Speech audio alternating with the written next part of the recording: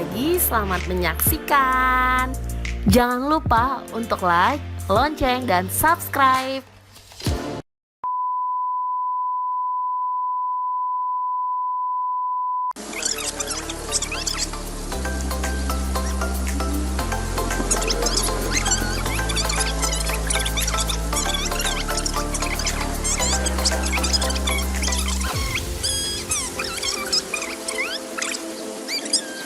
Hari ini kamu akan belajar teks prosedur dengan tujuan pembelajaran kita. Kamu mampu menelaah struktur dan aspek kebahasaan dan kamu menyajikan data rangkaian kegiatan nanti dan diubah menjadi teks prosedur.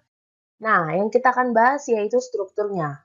Strukturnya ada 4, ada tujuan, bahan dan alat, ataupun alat dan bahan, langkah-langkah, dan yang terakhir itu adalah penutup. Yang pertama, tujuan.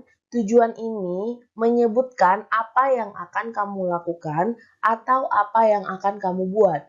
Contohnya. Nah, di sini ada minuman. Kita bisa menuliskan tujuannya. Di saat cuaca terik, minuman segar adalah jawabannya. Perpaduan rasa asam dan kecutnya buah yang digunakan dapat memberikan kesegaran. Minuman ini disebut dengan minuman viral. Coba kita perhatikan. Tujuan adalah dengan menyebutkan apa yang akan dilakukan atau apa yang dibuat. Nah, di sini tujuan dan apa yang akan kita buat yaitu minuman viral dengan tujuan memberikan kesegaran. Oke, ingat ya, tujuan itu menjabarkan apa yang akan kamu lakukan atau apa yang kamu buat. Nah, yang kedua, ada bahan dan alat. Bahan dan alatnya kamu sudah sering dengar atau kamu sudah pernah baca, bahkan kamu sering lakukan. Oke, nah apa nih alat dan bahannya? Oke, kita bahas. Ternyata ada 1 botol Yakult nih, ada 1 buah lemon, ada 5 buah jeli, ada es batu, dan ada tambahan-tambahan lainnya. Ini untuk bahan dan alat. Selanjutnya, ada yang namanya langkah-langkah. Langkah-langkah itu bisa juga sama artinya dengan cara-caranya. Nah, yang pertama, dia disuruh ngapain nih? Sediakan gelas. Yang kedua, masukkan irisan. Yang ketiga, tambahkan. Yang keempat, masukkan es batu. Yang kelima, kemudian, dan seterusnya sampai dengan minuman siap dihidangkan. Nah, ini yang 1 sampai 7 itulah yang disebut dengan langkah-langkah. Oke, dimengerti ya nak? Kita lanjut ya. Nah, ada yang terakhir nih, penutup. Penutup itu kita menyampaikan untuk mengajak orang membuat apa yang akan kamu lakukan atau mempraktikannya di rumah. Minuman dengan bahan-bahan yang mudah dan ditemukan sekaligus menyegarkan. Nah, ini untuk penutupnya. Oke, yang pertama ada apa? Ada tujuan. Yang kedua ada alat dan bahan. Yang ketiga ada langkah-langkah. Dan yang terakhir ada penutup. Oke, mari kita lihat pembahasan. Menanak nasi dengan magic jar. Menanak nasi dengan magic jar memang sangat mudah dan praktis. Namun, untuk pemula, kadang hasilnya terlalu lembek atau terlalu kering. Simak cara-cara menanak nasi dengan menggunakan magic jar berikut ini. Cara menanak nasi, ambil beras, cucilah, isi dengan air, nyalakan magic jar, tunggu 5-10 menit. Nyalakan nasi yang matang dengan sempurna dapat meningkatkan nafsu makan. Silahkan dicoba. Nah, pertanyaan pertama, apakah struktur tes tersebut sudah lengkap? Oke, ingat tadi strukturnya ada 4. Kita analisis ya di teks yang ini. Menanak nasi dengan magic jar memang sangat mudah. Ini semuanya termasuk dalam bentuk tujuan. Paham? Ingat ya, yang pertama tujuan. Cara menanak nasi. Cara berarti masuk ke urutan langkah-langkah. Nasi yang matang dan sempurna berarti termasuk ke dalam penutup. Nah, apa yang tidak ada di dalam teks ini yaitu alat dan bahan. Oke, berarti struktur teks tersebut belum lengkap. Jadi kita harus menambahkan alat dan bahan. Apa saja alat bahannya? Ya, ada beras, ada air secukupnya, ada magic jar-nya, dan sebagainya. Oke, inilah pembahasan kita tentang struktur teks. Jangan lupa ada 4. Tidak boleh terbalik, tidak boleh penutup di atas atau langkah-langkah di atas, harus sesuai dengan urutan. Oke, materi kita cukup sampai di sini. Jika belum mengerti, silahkan hubungi Miss dari kontak yang tersedia dan silahkan kunjungi latihan yang sesuai dengan arahan Miss. Terima kasih, Tuhan Yesus memberkati. Sekarang kita melanjutkan pelajaran kita penggunaan bahasa dalam teks prosedur atau biasa yang kamu dengar itu kaidah kebahasaan. Yang pertama, kalimat perintah. Oke, kalimat perintah, pernyataannya, Anda perlu menutup pintu dengan rapat. Perintahnya, jika diubah, tutuplah pintu dengan rapat. Perhatikan, ciri-ciri kalimat perintah ada menggunakan partikel la atau kan. Nah, berarti di sini ada tutuplah adalah ya. Yang kedua, intonasi pada bagian tengah kalimat naik atau meninggi. Tutuplah pintu dengan rapat. Nah, dia sedikit tegas. Dia kiri dengan tanda seru katanya. Nih, ada tanda serunya. Oke. Yang kedua, bentuk pasif. Soal latihannya, aktifnya Anda sebaiknya memasak daging dengan api kecil dan waktu yang lama. Dengan pembahasan diubah menjadi pasif, daging dimasak dengan api yang kecil dan waktu yang lama. Coba kita perhatikan dulu ya. Bentuk pasif itu digunakan untuk memberikan saran tambahan atau peringatan. Nah, aktif, sebaiknya Anda memasukkan air sebelum matang. Pasifnya, sebelum air matang, sebaiknya air dimasukkan dahulu. Nah, tadi aktifnya Anda sebaiknya memasukkan air sebelum ayam matang. Proses pasifnya, sebelum ayam matang, perhatikan, sebelum ayam matang, sebaiknya air dimasukkan dahulu. Ada saran. Nah, yang kedua ini nih, perhatikan coba. Sebaiknya memasak daging diubah dengan dimasak. Oke, itu untuk penggunaan pasif ya, Nak.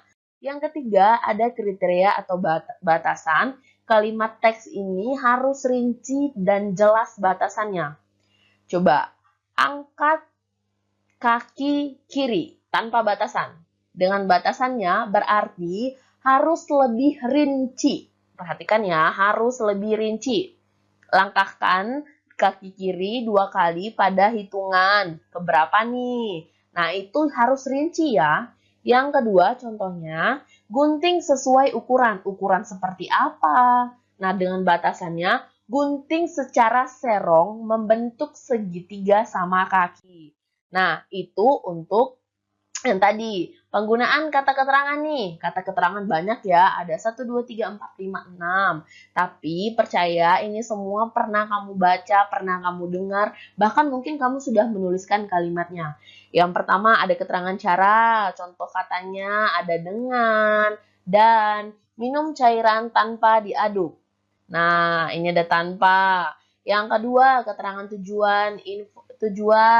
Menambahkan informasi pada kalimat dengan menggunakan misalnya ada kata untuk, supaya, dan agar. Contoh kalimatnya, Miss, jangan menggunakan api dengan besar supaya. Ada kan? Nih, ada nih di sini nih. Nah, keterangan derajat atau kuantitas berhubungan dengan jumlah. Setidaknya tanaman dipupuk sebulan sekali. Ulangi gerakan selama 6 kali. Nah, jumlah kan?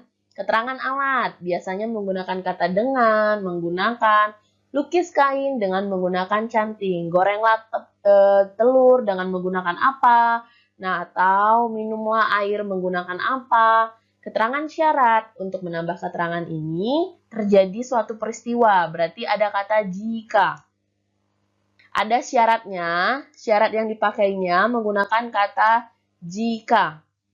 Jika air terlalu banyak, nasi akan menjadi bubur. Jika ayam terlalu matang, akan terasa pahit. Nah, itu ada syarat. Ini nih syaratnya, si jika ini nih. Yang terakhir, keterangan akibat. yang ditimbulkan dari sebuah peristiwa yang biasa menggunakan hingga, akibatnya, sehingga, sampai, menjadi. Ulangi kegiatan sampai bahan habis. Akibatnya, jika api terlalu besar, makanan akan cepat gosong. Sampai warna kecoklatan, gorenglah. Apa nih yang akan kita goreng? Nah, menggunakan contoh-contoh kalimatnya itu seperti ini ya. Yang selanjutnya, kalimat saran atau larangan. Nah, biasanya menggunakan kata hubung sebaiknya, hindari, jangan. Biasanya sih yang paling kamu sering dengar itu yang ini 3 nih. Sebaiknya, hindari, jangan. Sebaiknya, makanlah sebelum Anda lapar. Hindari, jangan, kecuali sebaliknya. Nah, ini sering banget lah kamu dengar, bahkan mama atau papa atau nenek atau kakek sering ngomong kan, jangan nonton Korea terus ya, kerjakan tugasnya. Hindari main game pada malam hari supaya PJJ-nya segar besok pagi. Kamu boleh main handphone kecuali hari apa. Sebaiknya kerjakan tugas dulu, baru main atau nonton TV. Nah, itu kalimat saran atau larangan. Selanjutnya ada kata penghubung, pelesapan, atau acuan. Kata hubung seperti kemudian, sekarang, berikutnya, setelah ini. Nah, itu sering sekali ya, di deskripsi juga adalah kata-kata ini yang kita pakai untuk menggunakan si kalimatnya itu efektif. Yang kedua ada pelesapan, itu penghilangan bagian tertentu yang sama dan sudah disebutkan sebelumnya. Bersihkan sepatu dengan lap, basah, dan keringkan. Nah, setelah sepatu kering, semir dengan menggunakan kain tebal. Perhatikan, setelah sepatu kering, semir dengan menggunakan kain tebal. Dilesapkan, bersihkan sepatu, masih wacana yang sama, dengan lap basah dan keringkan. Nah, kata kemudian ini mengganti setelah sepatu kering. Jadi dia lebih efisien, lebih sedikit tapi efektif gitu. Nah, semir dengan menggunakan kain tebal sama maknanya, tapi lebih efektif menggunakan pelesapan yang kedua ya, yang kalimat kedua ini nih. Yang ketiga, acuan. Kata yang mengacu pada kata sebelumnya. Masukkan ayam yang sudah siap digoreng. Angkatlah. Katalah di sini berarti si ayam. Perhatikan, katalah di sini berarti menyatakan acuan ayam. Minumlah. Angkatlah. Apa yang diangkat? Apakah kamu sedang memasak nasi goreng? Atau kamu sedang membuat kopi dalgona? Nah, kata-kata yang ada katalahnya ini untuk menerangkan si kalimat sebelumnya. Kata sebelumnya, tetapi mengacu nih. Oke, penghubung, pelesapan, dan acuan. Penggunaan akhiran i dan kan. Banyak ya, dari tadi ada angkat, janganlah, angkatkan, hindarilah. Nah, itu banyak di teks prosedur, tapi kali ini kita akan membahas penggunaan akhiran i dan kan. Akhiran i, perhatikan, dipakai jika objek dalam kalimat tidak bergerak. Ingat ya, tidak bergerak. Akhiran kan dipakai jika objeknya apa? Oh, bergerak ternyata. Oke, contoh yang pakai akhiran i. Lumuri, loyang dengan mentega. Akhiran i dipakai jika objek dalam kalimat tidak bergerak. Lumuri loyang dengan mentega. Coba, yang mana nih objeknya? Pasti kamu tahu lah. Akhiran kan dipakai jika objek bergerak. Lumurkan mentega pada loyang. Oke? Sama ya, mentega itu kan dia bergerak gitu ya, lumurkan, berarti dia akan mencair. Nah, kalau loyangnya yang tidak bergerak gitu. Nah, selanjutnya apa lagi nih? Nah, ini dia cara menulis teks prosedur. Yang pertama, kamu harus menentukan judul dulu nih. Apa ya kira-kira yang sering sekali kamu lakukan? Bahkan sering sekali kamu baca, tapi kamu mau tulis ulang tuh si teks prosedurnya, boleh. Yang kedua, kamu jangan lupa membuat pengantar yang menyatakan tujuan. Berarti masuk ke struktur ya. Yang ketiga, alat dan bahan sama, masih yang struktur. Yang D, tahapan yang bisa ditunjukkan dengan kata jangan lupa gunakan si kaidah kebahasan yang yang sudah Miss jelaskan barusan, yang sebelumnya. Kamu boleh tuh masukin di sini. Oh iya, ternyata ada penomoran nih. Oh, ada urutan ternyata. Oh iya, ada yang menggunakan kata apa tadi. Nah, itu boleh dimasukin di sini tahapannya ini. Nah, yang terakhir kamu juga jangan lupa memberikan kesimpulan atas teks prosedur yang kamu lakukan. Oke? Ada struktur, kaidah, dan cara menulis teks prosedur sudah.